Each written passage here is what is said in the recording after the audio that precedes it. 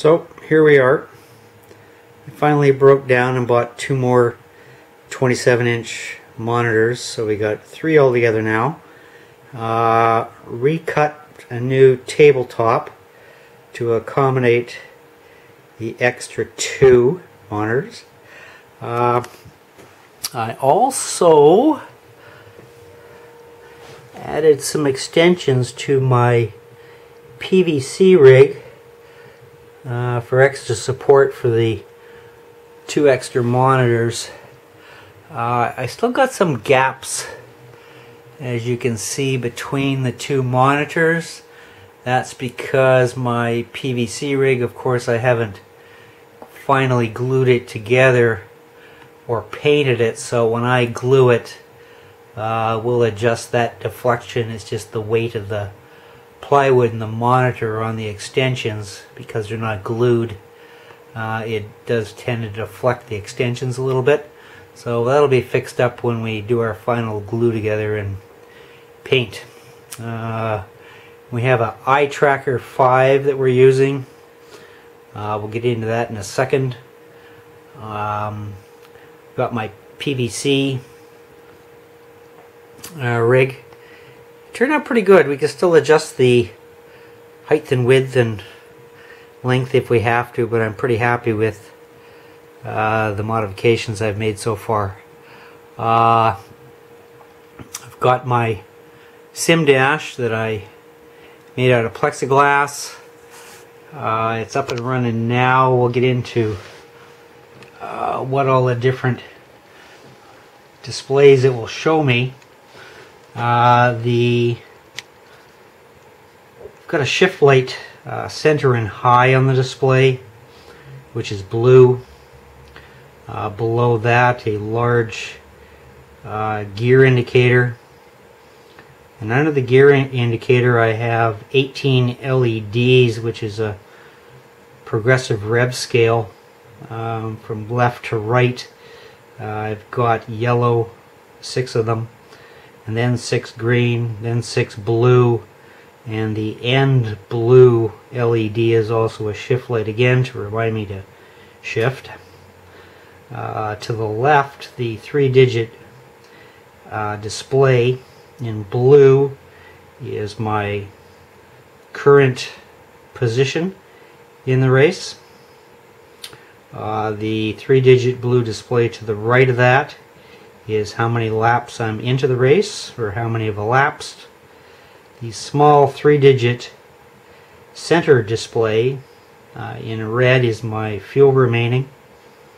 And then we have two 6-digit displays to the right of that.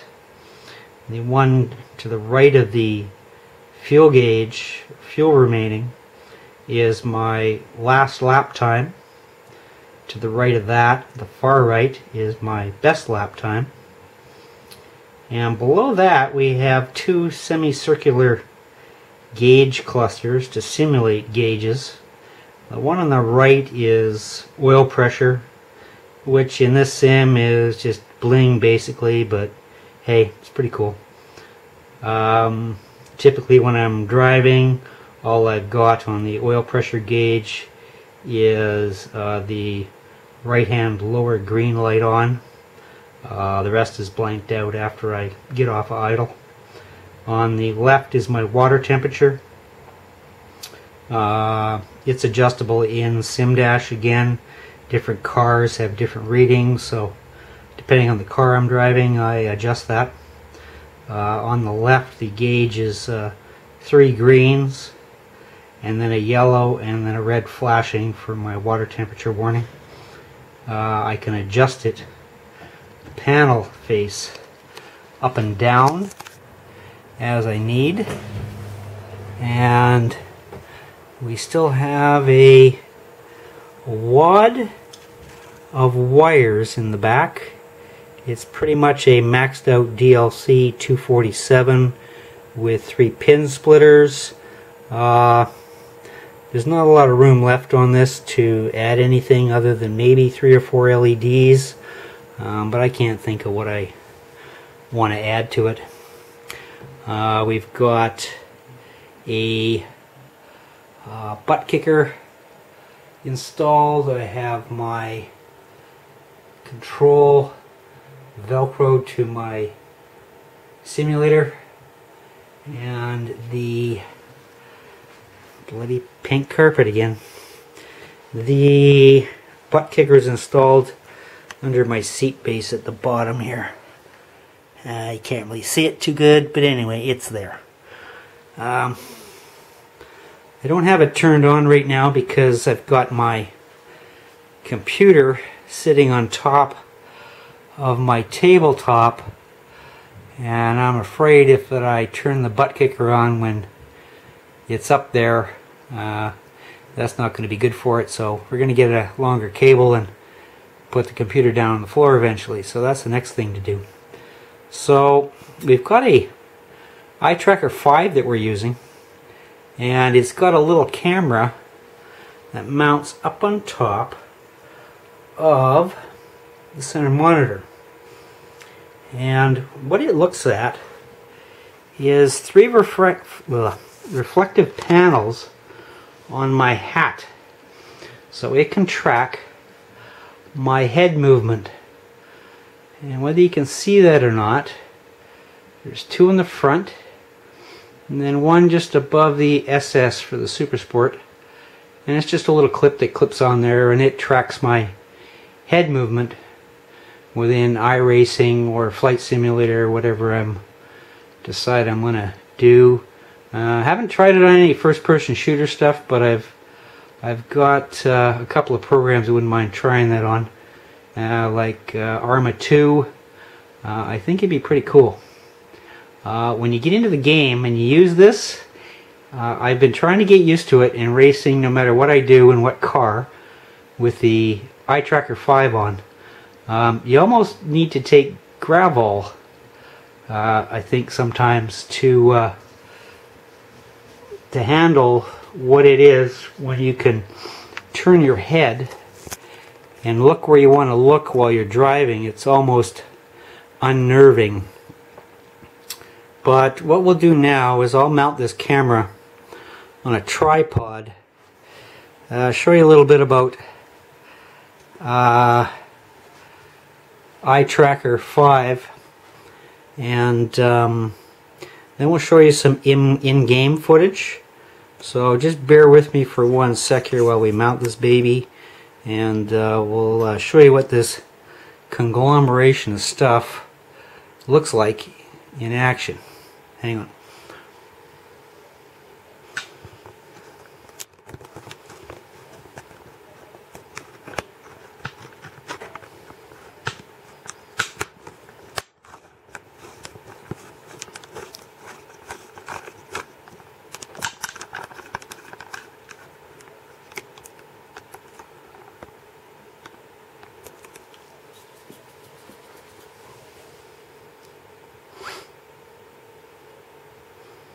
So the first thing we're going to show you is eye tracker, and kind of the way I have it set up is pretty cool, because you can set up how far you look up, down, right, left, and even tilt, and it's all adjustable in the software. It's pretty cool. So hang on, we'll try that.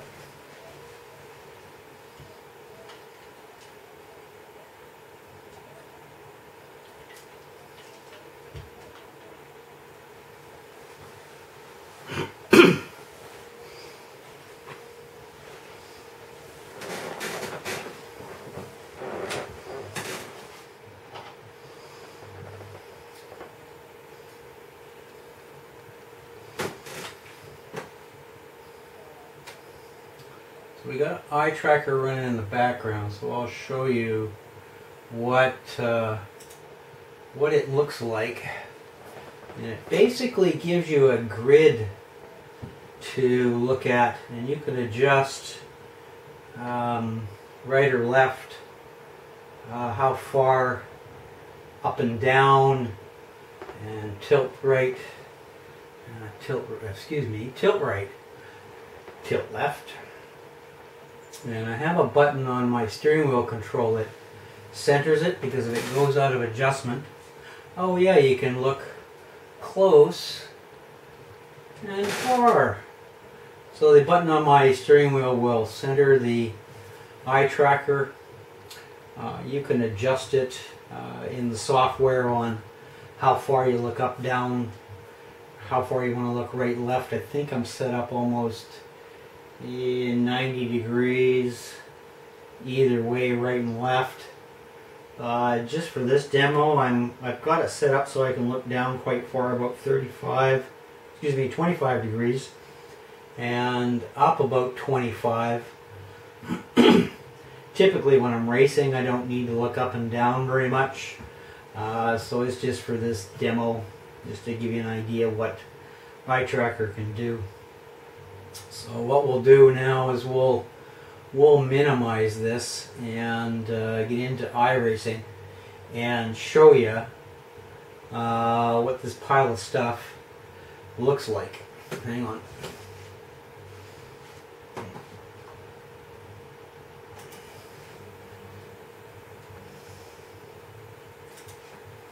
So we're going to drive a Star Mazda on Mid-Ohio.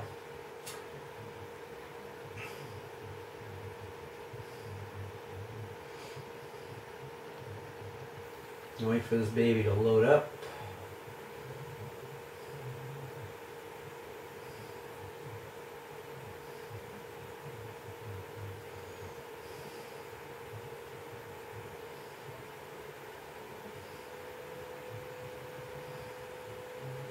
I've got my center dash, my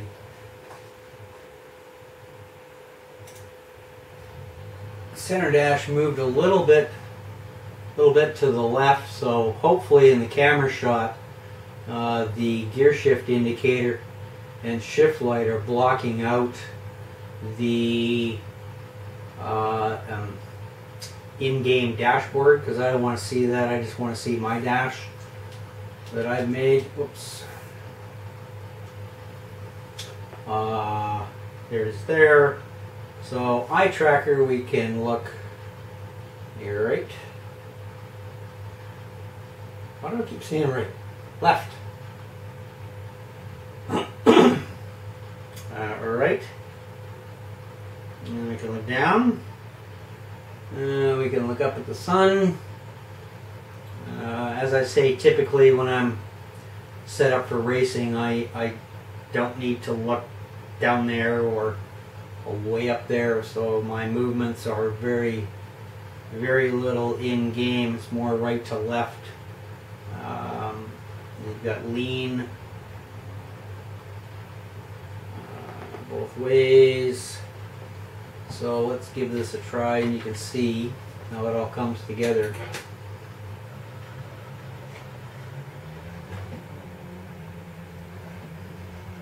They say you cut the course. You'll have to slow down and give up the time gained. Yeah.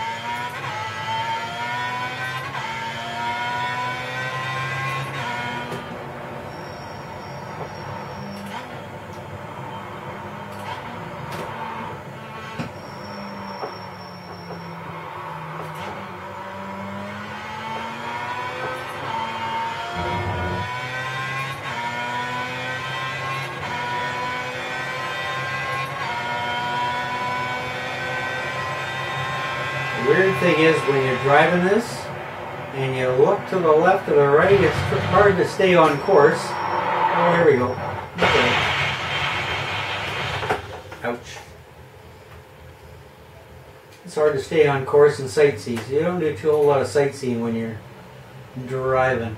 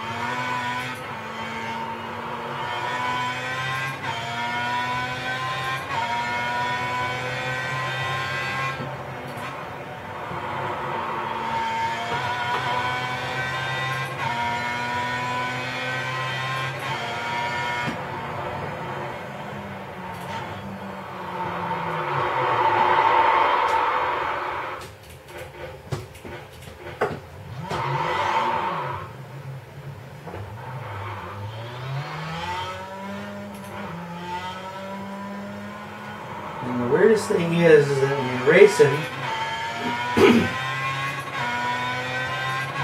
it's almost like riding a motorcycle. They teach you to look where you want to go, not where you're going. And when you take your head off of dead center to look into a corner like this, you lose, you kind of get disoriented on really where you are.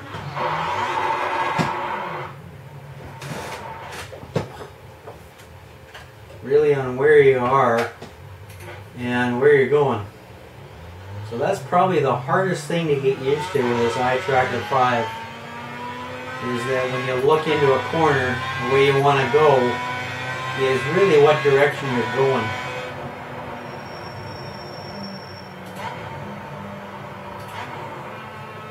So when you look to the right like this into the corner, and I'm almost using the antenna that's pointing up there as a point of reference on where I want to go. And that's probably the hardest thing with this thing. I haven't tried the 3 monitors without the eye tracker. I keep telling myself I want to give this a really good go before I decide whether I really like this eye tracker with racing or not. I'm leaning towards that I do, because even just a little bit of head movement to the right or the left gives you an idea where you're going, and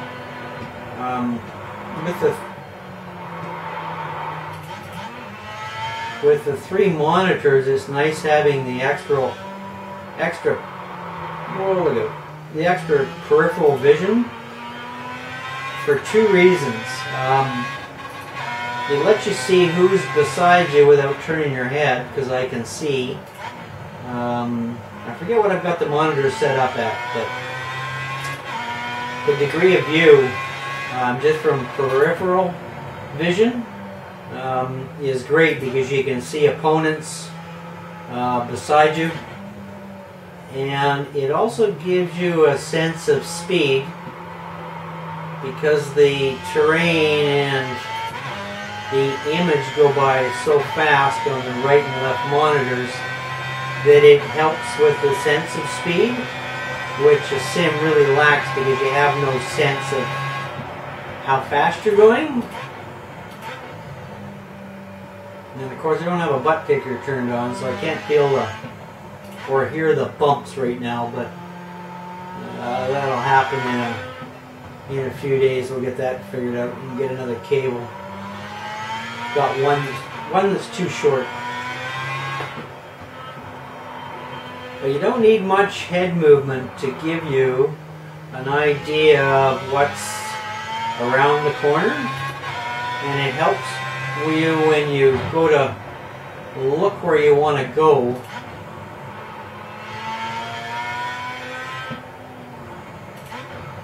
And a little bit to the right, I find, is a big help. And then to the left.